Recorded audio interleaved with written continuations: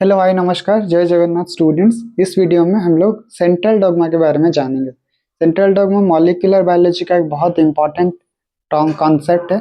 इस कॉन्सेप्ट के हिसाब से अगर आप देखोगे, हमारे पास एक डीएनए होता है, तो एक डीएनए से दूसरा डीएनए भी बन सकता है। उस प्रोसेस को हम लोग रेप्लिकेशंस कहते हैं। और एक डीएनए होने के बाद डीएनए से आपको डीएनए से आरएनए भी बन सकता है। उस प्रोसेस को हम लोग ट्रांसक्रिप्शन कहते हैं।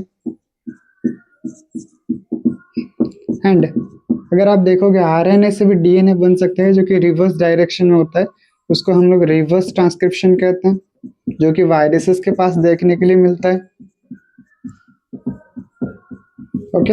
एंड आरएनए से अगर आप देखोगे तो आरएनए से भी प्रोटीन फॉर्मेशन हो सकता है।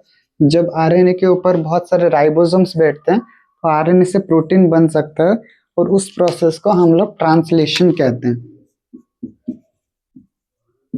ट्रांसलेशन। ओके। सो ये था सेंट्रल डॉगमा, जो कि मॉलिक्यूलर बायोलॉजी का सबसे बेसिक कॉन्सेप्ट होता है। इस कॉन्सेप्ट के हिसाब से एक डीएनए से दूसरा डीएनए बन सकता है, जिसको हम लोग रेप्लिकेशंस कहते हैं। डीएनए से आरएनए बन सकता है, जिसको हम लोग ट्रांसक्रिप्शंस कहते हैं। एंड आरएनए से डीएनए बन सकता है, जिसको हम लोग रिवर्स ट्रांसक्रिप्शन कहते हैं। और आरएनए से प्रोटीन बन सकता है, जिसको हम लोग ट्रांसलेशन कहते हैं। लेकिन प्रोटीन से कभी आरएनए नहीं बन सकता है। तो इसी तरीके से और इम्पोर्टेंट वीडियोस के लिए आप जरूर इस चैनल को सब्सक्राइब करें। Thank you.